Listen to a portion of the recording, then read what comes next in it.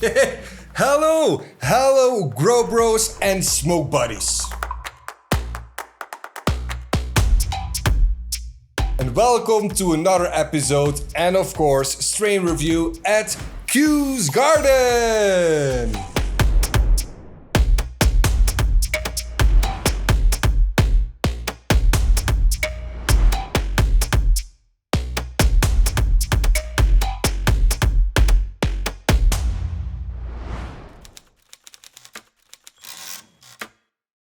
I grew 4 different genetics from world breeders.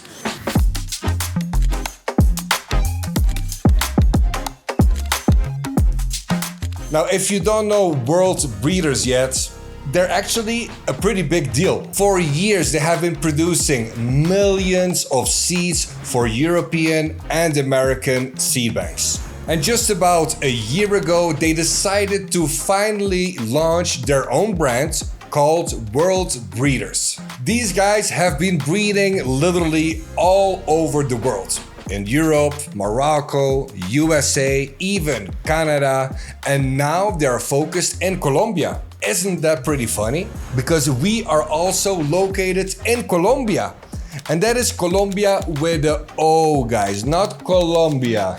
Because I know you guys. Now, since we're basically neighbors, I got an invitation to tour their farm. And let me tell you, what an exotic, beautiful, and productive place.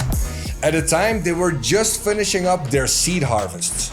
And the smells in the air, buddy. The whole valley, the whole town was smelling like fire.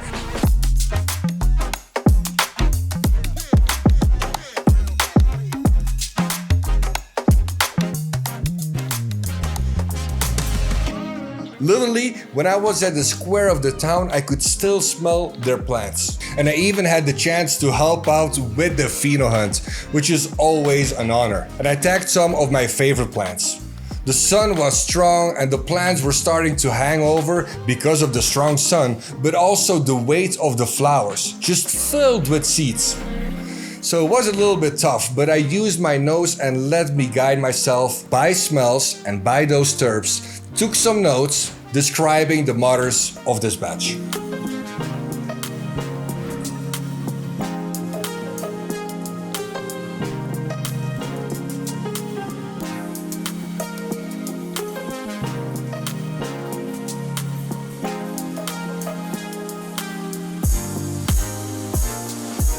I was shown around by John, who has been growing cannabis for more than 25 years.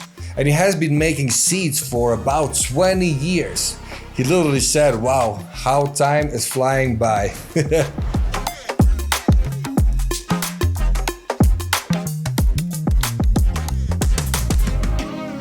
He's actually a professional tomato grower from Spain who also happens to love growing cannabis. And this guy is a real legend. Even after all these years, his passion for the plant is really contagious. Spending a day with him and of course the team really motivated to get me back to my own personal grow here at home. And of course, they hooked me up with some of their latest seeds. Which brings us actually to today's episode. So guys, again, welcome to the strain report of World Breeders.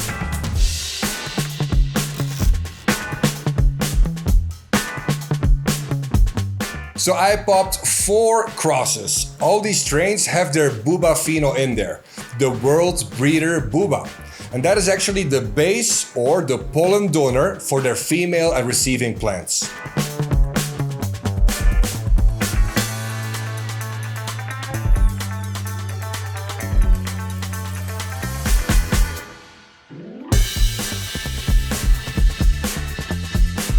All 4 genetics that I grew are actually Booba crossed with something different.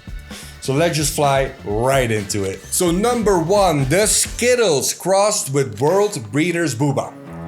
Plant number 2 is San Fernando Valley OG, what a legend, and again crossed with the Booba. Plant number 3 is Cookies and Cream. You get it now? It's again crossed with the Booba.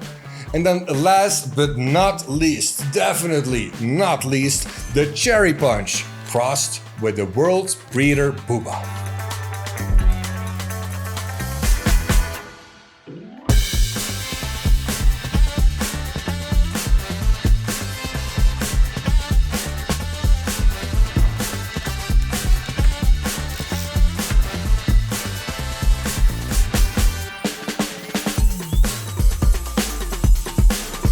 Now, how did we grow these plants?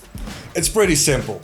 I try to keep everything simple, fast, and equal. Make sure that every plant gets the same. We germinated the seeds in small plastic cups.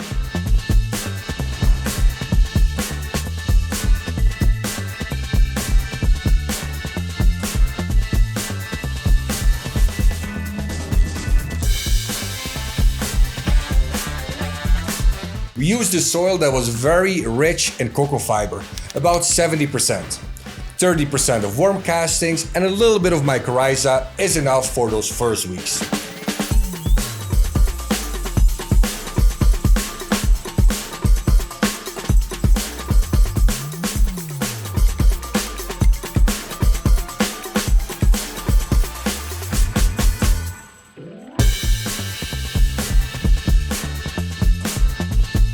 We transplanted them to 20-liter buckets.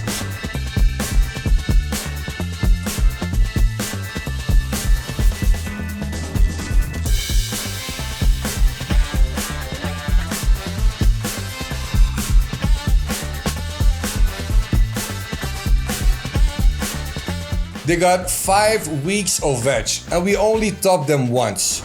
We flowered them for about 8 weeks total, but halfway through we did a light lollipopping and defoliation. So every branch that was not getting enough light or was blocking the airflow was being removed immediately.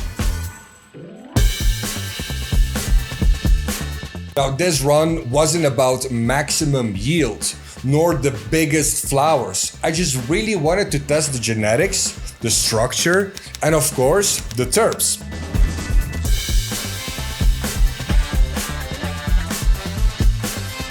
I wanted to test if these seeds produce flowers that I want to smoke on a daily basis, or are they just myths?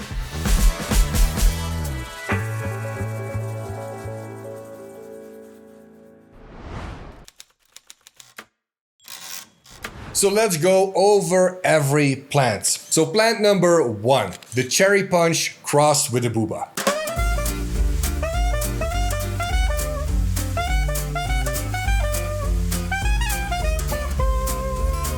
Now this one immediately stood out for me. She's maybe not the biggest producer of the bunch, but boy oh boy, the bag appeal was really next level. Super frosty, dense flowers with gorgeous purple leaves and these darker tones that we're all looking for when we go to the dispensary.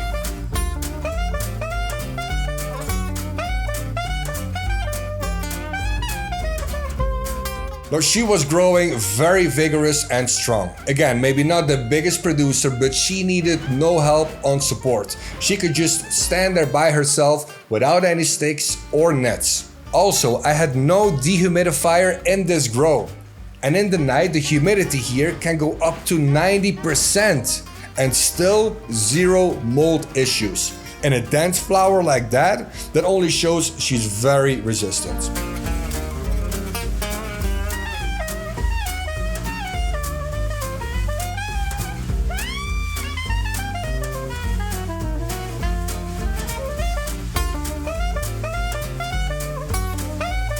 And the terps, fruity and creamy. For me, she's a real winner.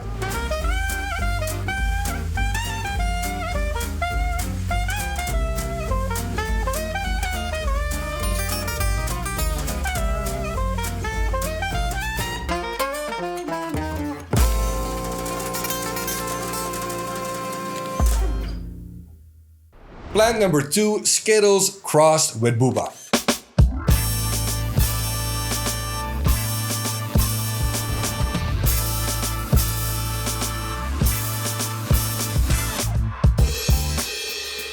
Honestly, this one doesn't really look much like the Skittles. The classic Skittles is tough to grow, and usually she's a low-yielding plant, but with an insane terp profile.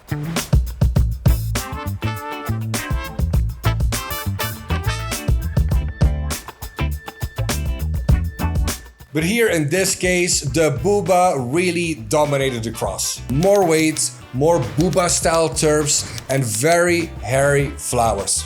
Now I felt like she probably could have pushed it another week, maybe even 2 before really finishing up, but in this case we didn't really have the time.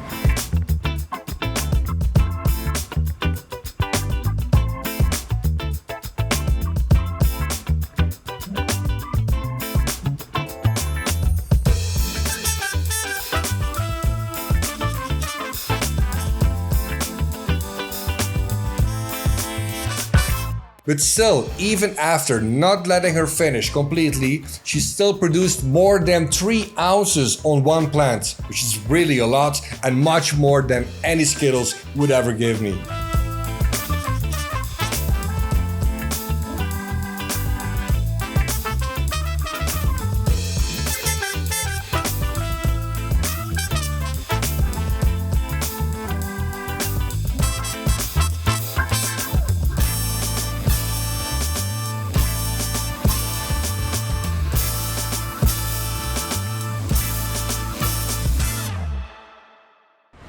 Plant number 3, San Fernando Valley OG crossed with the Booba.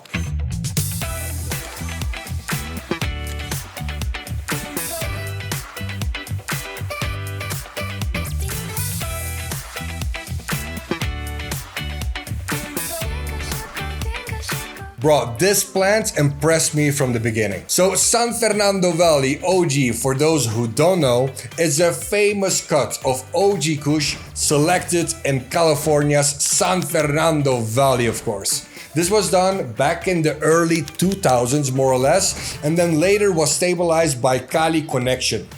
It's known for its lemon, pine, and fuel terps.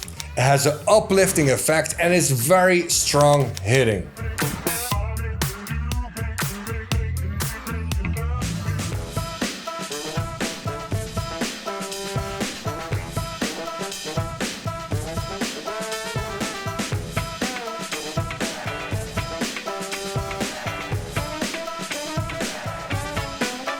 And this strain basically became the backbone of a whole era in South California that are still present today in the market. And the one that I grew here smelled exactly like that. Super stinky, super gassy. When you touch the flower, it's super oily and so rich in terps. You definitely are gonna need a smell-proof bag when you travel with these flowers. What a smell. And if we talk about the effects, buddy, let me tell you, she hits you right where you need it.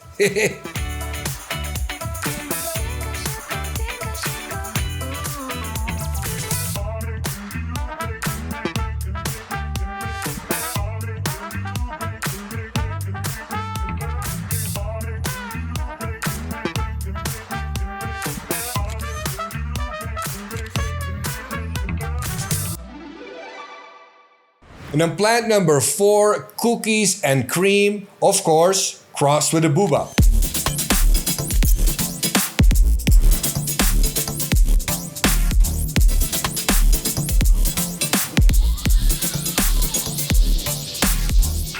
A huge producer, loads of creamy and fresh terps, and my friends really loved this terp. For many people, it was actually the favorite strain of these 4. But personally me, I preferred more the San Fernando Valley OG terps and the cherry punch with frosty and dense flowers that look so exotic and new. For me, those were a little bit better than the cookies and cream, but just so you know, for most people, that cookies and cream was the best of the best.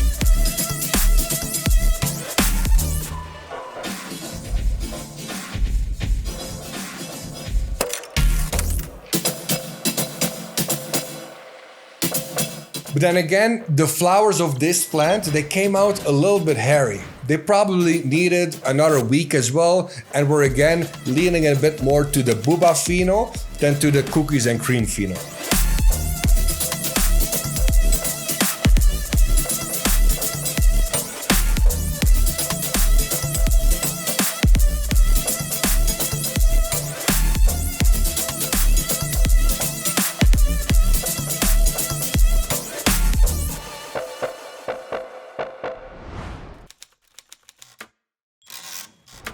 Now, at the end of the day, growing is fun, but the real test is always the smoking experience. Because, of course, when you roll up a doobie, you don't really care if the plant yielded 100 grams or 120 grams. What really matters is the flavor, the effects, and maybe just the overall vibe when you have that bag in your hands. So here's my scoring sheet, or my final scores for each plant on 10. Let's go!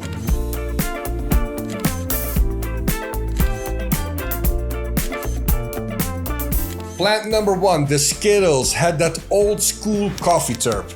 It wasn't really my vibe, it wasn't my favorite terp, because I was missing a little bit of Skittles terp. So I'm gonna give this one a 7 out of 10. Plant number 2, the San Fernando Valley OG. In love, just in love with this plant. I love that gas, the effect, the bag appeal could be a little bit better, that's true, but I feel like this strain is good for a beginner and professional smoker. So let's score that an 8.5 out of 10. Plant number 3, the Cookies and Cream. Super creamy, it's just solid smoke, just a little bit too hairy for my taste. She's a great producer, so I'm gonna give her a 7.5 out of 10.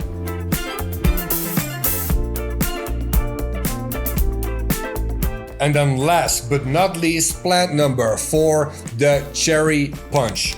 Beautiful, frosty nuts. A fruity, punchy terp that I really like. She is definitely a crowd pleaser. I would give her an 8.5 out of 10.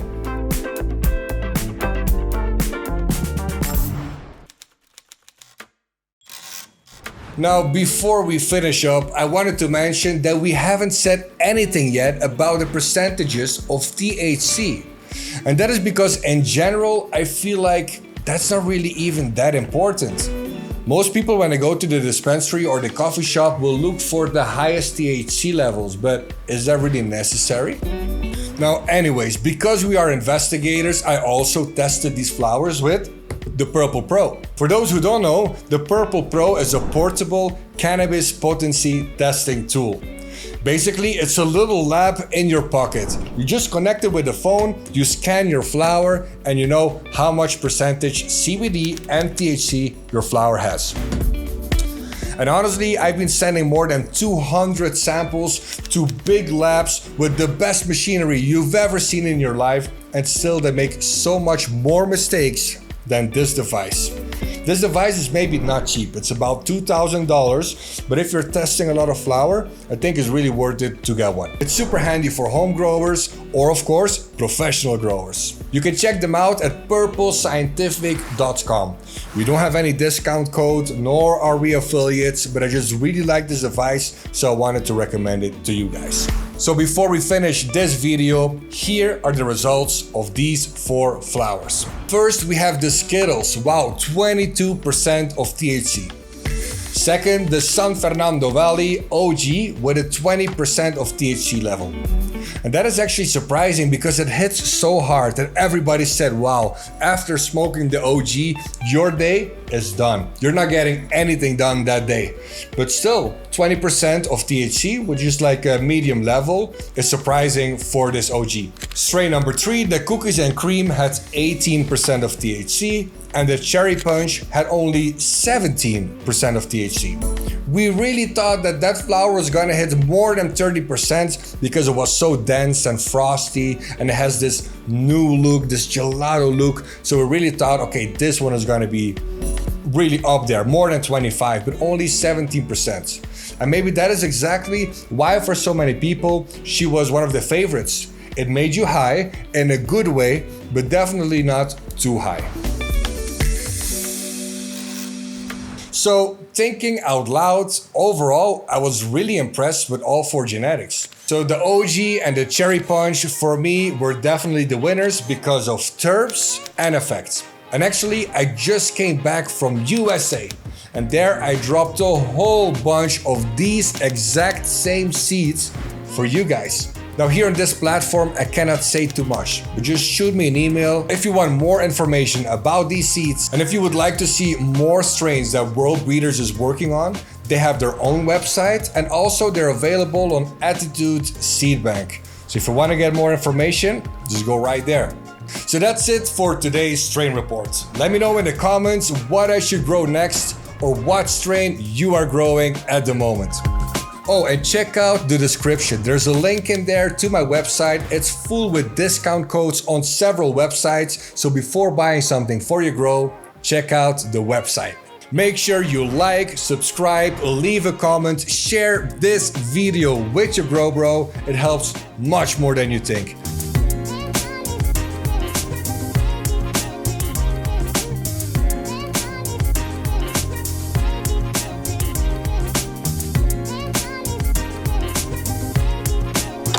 Oh, and don't forget, hit that notification bell so you don't miss any other video. See you next time.